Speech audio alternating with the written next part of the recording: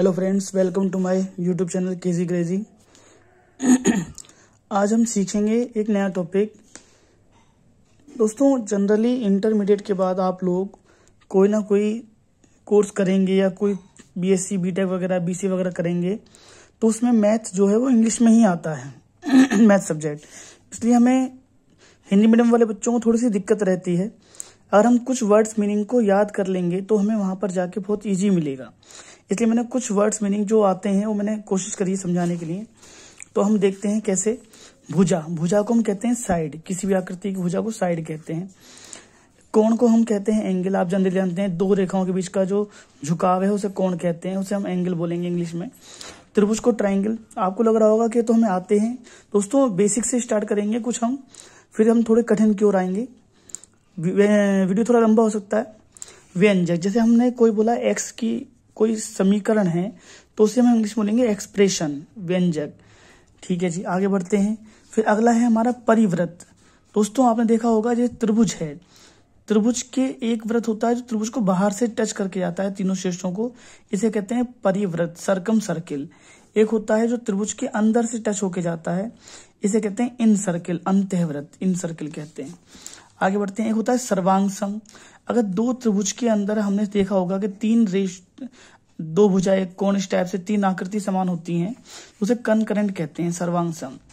बाह्य वृत्त हो गया जो आपको बाह्य से टच करेगा, यानी दो भुजाओं को बाह्य वृत्त कह सकते हैं इस प्रकार से, जो ऐसे टच करके जाएगा, स्क्राइब्ड सर्किल कहते हैं। उन्नयन कोण आपने जनरली ऊंचाई दूरी में सीखा होगा, जब नीचे किसी बिंदु से ऊपर की ओर देखते थे उसे उन्नयन कोण कहते थे, और जो ऊपर से नीचे देखते थे उसे अवनमन कहते थे। तो उन्नयन को बोलते हैं एंगल ऑफ एलिवेशन और अवनमन को बोलते हैं एंगल ऑफ डिप्रेशन। आगे बढ़ते हैं। संयुग्मी। दोस्तों, जनरली आप जानते होंगे जैसे 2 + 3i की संयुग्मी संख्या होगी 2 - 3i, या आपने सुना होगा 2 + √3 है तो इसकी संयुग्मी होती है 2 - √3। तो संयुग्मी को अंग्रेजी में कहते हैं कॉन्जुगेट कहते हैं। स्पेलिंग की टेंशन नहीं होती, बस बोलना आना चाहिए। मापांक, मापांक मतलब होता है मॉडुलस, दो डंडे द्वारा प्रदर्शित करते थे हम इसे। निरपेक्ष मान, निरपेक्ष मान को एब्सोल्यूट वैल्यू कहते हैं। कोणांक को आर्ग्यूमेंट कहते हैं। आपको याद होगा tan थीटा का एक सूत्र लगाते थे हम, मॉडुलस y/x। आगे बढ़ते हैं। ध्रुवीय रूप, इसे कहते हैं पोलर फॉर्म। अगर आपको याद होगा r cos theta + i sin theta, ये सब ध्रुवीय रूप इसे कहते हैं। अब आते हैं उचित भिन्न, भिन्न, प्रॉपर फंक्शन कहते हैं इसे भिन्न को। एक होता है अनुप्रयोग। अनुप्रयोग का मतलब होता है एप्लीकेशन। जब हम किसी भी चीज को हम अप्लाई करते हैं, किसी भी रूल को किसी हल करने के लिए किसी, तो उसे अनुप्रयोग कहते हैं। प्रभाव क्षेत्र, डोमेन। दोस्तों, आप जानते थे एक फंक्शन होता था f(x = y), तो x को जो वैल्यू में रख सकते हैं उसे डोमेन कहते हैं, हिंदी में प्रभाव क्षेत्र कहते हैं, और जो आंसर आता है उसे रेंज कहते हैं। ठीक है जी, उसे परास कहते हैं। आयत को आप जानते हैं रेक्टेंगल कहते हैं, आयत। आगे बढ़ते हैं दोस्तों। देखिए जी, अब हम एक नई चीज सीखते हैं। जैसे आपने ये देखा होगा इस प्रकार से ये टॉपिक कि अनुपात, अनुपात नाम सुना होगा आपने, जैसे 2:3 इस प्रकार से बोलते हैं, तो अंग्रेजी में से कहते हैं रेशो।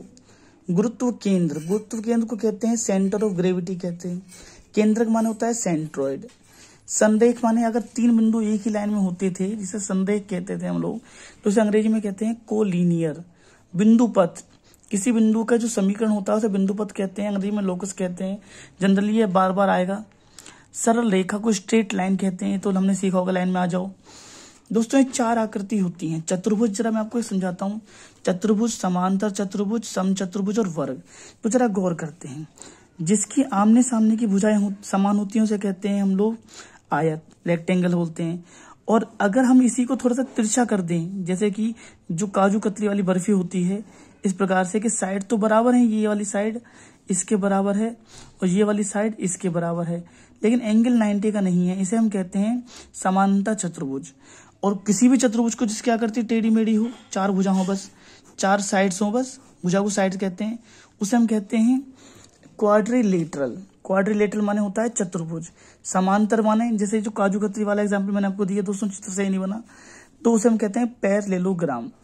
सम चतुर्भुज और वर्ग में आ जाइए। वर्ग होता है जिसकी चारों साइड सेम होती हैं और 90 का एंगल होता है। और सम चतुर्भुज में क्या होता है कि चारों साइड सेम होंगी परंतु एंगल 90 नहीं होगा, इसे कहते हैं अंग्रेजी में हम रम्बस। रंबस कह दो, रोम्बस कह दो, बोलना आना चाहिए, स्पेलिंग बाद में याद हो जाएगी। वर्ग माने स्क्वायर, ठीक है। वर्ग वही जिसकी चार भुजा समान होती हैं, भुजा। तो ये चतुर्भुज के चार प्रकार हो गए। क्वाड्रिलेटरल, ठीक है, इसे आप नोट करते आएंगे हम लोग। अंतःखंड, आपको याद होगा एक चित्र हम ऐसे बनाते थे, एक्स अक्ष और वाई अक्ष। अगर कोई लाइन ऐसे जाती है तो हम क्या बोलते थे कि एक्स अक्ष पे कटा अंतःखंड, वाई अक्ष पे कटा अंतःखंड। तो अंतःखंड को इंटरसेप्ट बोलेंगे, इंटरसेप्ट। संगामी रेखाएं, कनकरेंट लाइन, अगर दो रेखाएं या तीन रेखाएं एक ही बिंदु से होकर जाती हैं तो इसे कहते हैं संगामी रेखाएं, कनकरेंट लाइंस। लंब माने आप जानते हैं दोस्तों, लंब माने क्या होता है, अगर दो रेखाएं 90 के कोण पे काटती हैं तो उसे लंब कहते हैं। लंब परपेंडिकुलर कहते हैं अंग्रेजी में हम। इस प्रकार से 90 का है तो परपेंडिकुलर, और अगर दो रेखा समांतर हैं जैसे कॉपी की लाइनें होती हैं तो उसे हम कहते हैं अंग्रेजी में पैरेलल। व्यास, जीवा और त्रिज्या, दोस्तों देखिए अगर एक वृत्त है, वृत्त के केंद्र से परिधि तक की दूरी को त्रिज्या कहते हैं, इसे रेडियस कहते हैं अंग्रेजी में, इसलिए इसे आर बोलते थे। इसका हम पूरा टच कर दें इसे हम व्यास कहते हैं, इसे हम कहते हैं हम लोग डायमीटर। और कोई सी भी लाइन जो केंद्र से ना जाए लेकिन दो बिंदु पर टच करे इसे कहते हैं जीवा, अंग्रेजी में कहते हैं कोड। आगे बढ़ते हैं दोस्तों। कुछ आकृति ऐसी होती हैं, जैसे हमने ये आकृति, चार आकृति होती हैं, जैसे एक का नाम है यू टाइप की आकृति, से हम कहते हैं परवलय, इंग्लिश में कहते हैं पैराबोला। एक होता है गोल, सर्किल कहते हैं, वृत्त कहते हैं, इसी को हम यदि हम थोड़ा पिचका दें अंडाकार तो इसे हम कहते हैं इलिप्स, इलिप्स कहते हैं। एक होता है हाइपरबोला, हाइपरबोला को अंग्रेजी में कहते हैं अति परवलय। शांकव, शांकव को कौनिक, शांकव में सारी ये जो ऊपर वाली सारी आकृति हैं शांकव कहलाती हैं, सारी शांकव के ही प्रकार हैं।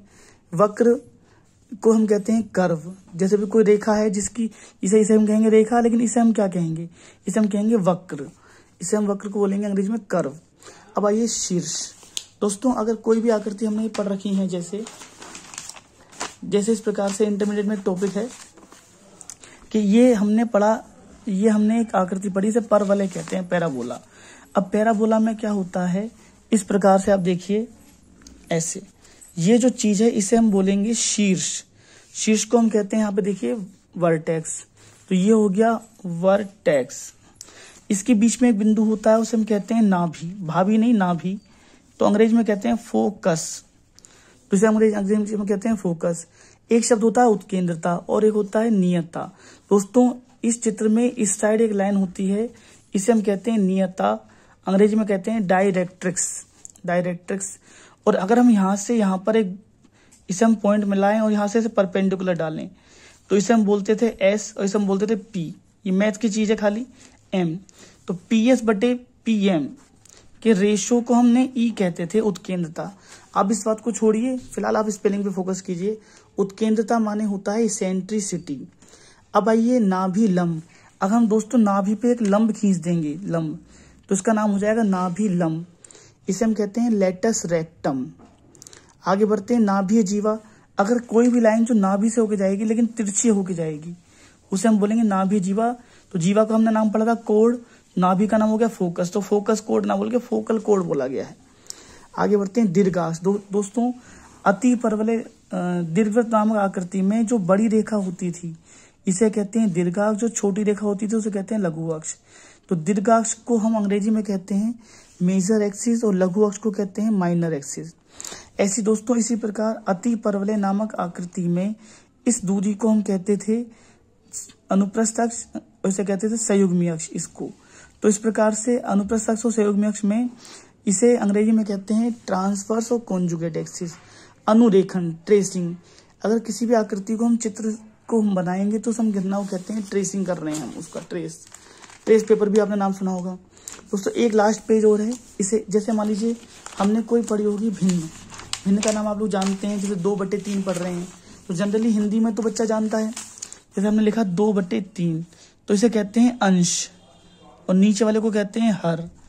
तो अंश हर को कहते हैं अंग्रेजी में न्यूमरेटर और डिनोमिनेटर। स्पेलिंग थोड़ी सी टेंशन रहेगी, बोलना सीख लो बस। आगे बढ़ते हैं। क्षेत्रफल को एरिया जनरल जानते हैं, वक्र पृष्ठ को सरफेस एरिया। आयतन माने वॉल्यूम, अंग्रेजी में वॉल्यूम कहते हैं, इसलिए इसे वी बोलते थे। बेलन माने दोस्तों आप जानते हो सिलेंडर, ये जो सिलेंडर होता है जो हमारे घर में रखा होता है इसे बेलनाकार आकृति कहते हैं बेलन। अब आप कहोगे मम्मी का बेलन जो है तो वो भी बेलन सिलेंडर ही माना जाएगा, अंग्रेजी में सिलेंडर कहते हैं। शंकु माने कोन, जैसे आपने देखा होगा कोन वाली आइसक्रीम होती है तो उसे कोन कहते हैं। गोला माने स्फीयर, घन माने क्यूब, घनाभ माने क्यूबॉइड। घनाभ माने क्यूबॉइड जैसे कि आपकी ईंट हो गई मकान बनाने वाली, और क्यूब माने सांप सीढ़ी का जो लूडो वाला पासा होता है उसमें क्यूब। छिन्नक दोस्तों, अगर बाई चांस हम इसे बीच में से काट दें यहाँ से शंकु को, तो ऐसी आकृति बनेगी इस टाइप से, बाल्टी टाइप की, इसे कहते हैं छिन्नक। इसे फ्रस्टम्स कहते हैं। निर्देशांक आप जानते होंगे इस प्रकार से एक्स अक्ष, वाई अक्ष निर्देशांक कहते हैं, अंग्रेजी में कहते हैं कोऑर्डिनेट्स। दोस्तों निर्देशांक जो होते हैं वो जनरली ऐसे होते हैं एक्स और वाई के रूप में, एक्स और वाई बिंदु, निर्देशांक बिंदु कहते होंगे। जो पहला पद है एक्स उसे कहते हैं भुज हिंदी में, अंग्रेजी में कहते हैं एब्सिसा। जो दूसरा पॉइंट है वाई उसे कहते हैं अंग्रेजी में कोऑर्डिनेट। मूल बिंदु आप जानते हैं इस वाली जगह को कहते हैं हम लोग मूल बिंदु, जो बीच वाली जगह है इसे मूल बिंदु को अंग्रेजी में ओरिजिन या पोल कहते हैं। अक्ष माने हो गया एक्स एक्सिस। ठीक है दोस्तों, एक पेज और है ये हमारा, इसमें भी कुछ शब्द इंपॉर्टेंट हैं, आप लोग देख लीजिए। जैसे आपने उच्चिष्ट निम्निष्ट सुना होगा, मैक्सिमा मिनिमा कहते हैं। आगे जो होगा ढाल माने प्रवणता, आपने सुना होगा एम, प्रवणता को ग्रेडियंट स्लोप ढाल कह सकते हैं। झुकाव माने इंक्लिनेशन, कितने एंगल पे झुका हुआ है। स्पर्श रेखा और अभिलंब, दोस्तों एक बार ध्यान देखिए, अगर हमने कोई वृत्त खींचा, इस पे हमने रेखा खींची जो टच करके जा रही है, इसे कहते हैं स्पर्श रेखा, और जहां पे स्पर्श कर रही है वहां पे एक लंब खींचा उसे कहते हैं अभिलंब। अभिलंब को अंग्रेजी में कहते हैं नॉर्मल, स्पर्श रेखा को कहते हैं टेंजेंट। आइए दोस्तों, प्रतिच्छेद कोण, अगर जब दो रेखाएं एक दूसरे को काटेंगी उनके बीच जो कोण बनेगा उसे कहते हैं प्रतिच्छेद कोण कहते हैं, एंगल ऑफ इंटरसेक्शन। एक होता है प्रतिच्छेद बिंदु, जहां पे दो रेखाएं काटेंगी उसके बिंदु को हम कहते हैं एंगल, पॉइंट ऑफ इंटरसेक्शन। अनंत स्पर्शी एसिम्पटोट्स आएगा, एसिम्पटोट्स अगले बीएससी वगैरह में आता है, बीटेक वगैरह में। समाकलन तो आप जानते हैं, इंटीग्रेशन, अवकलन भी जानते हैं, डिफरेंशिएशन। परिमेयकरण कहते हैं रेशनलाइजेशन या रेशनलाइजेशन। जैसे मान लीजिए एग्जांपल, ये 2/√3 था, तो हम क्या करते थे, इसका निशान बदलकर ऊपर नीचे गुणा करते थे, इसे हम कहते हैं परिमेयकरण करना। परिमेयकरण अंग्रेजी में कहेंगे रेशनलाइजिंग या रेशनलाइजेशन। विलोपन माने इलिमिनेशन, अंतराल माने इंटरवल, क्रियाविधि माने वर्किंग रूल, वर्किंग मेथड कह दो। ठीक है जी। चर को कहते हैं वेरिएबल्स, अचर को कहते हैं कांस्टेंट कहते हैं। निष्कोण वक्र को कहते हैं स्मूथ कर्व। दोस्तों इसी प्रकार आप इन सभी स्पेलिंगों को एक पेज पे लिखकर इन्हें याद करेंगे तो आपको भविष्य में इजी रहेगा। हम आपको ऐसे ही वीडियो आगे प्रदान करते रहेंगे। आप इसके लिए हमारे चैनल सब्सक्राइब कर सकते हैं।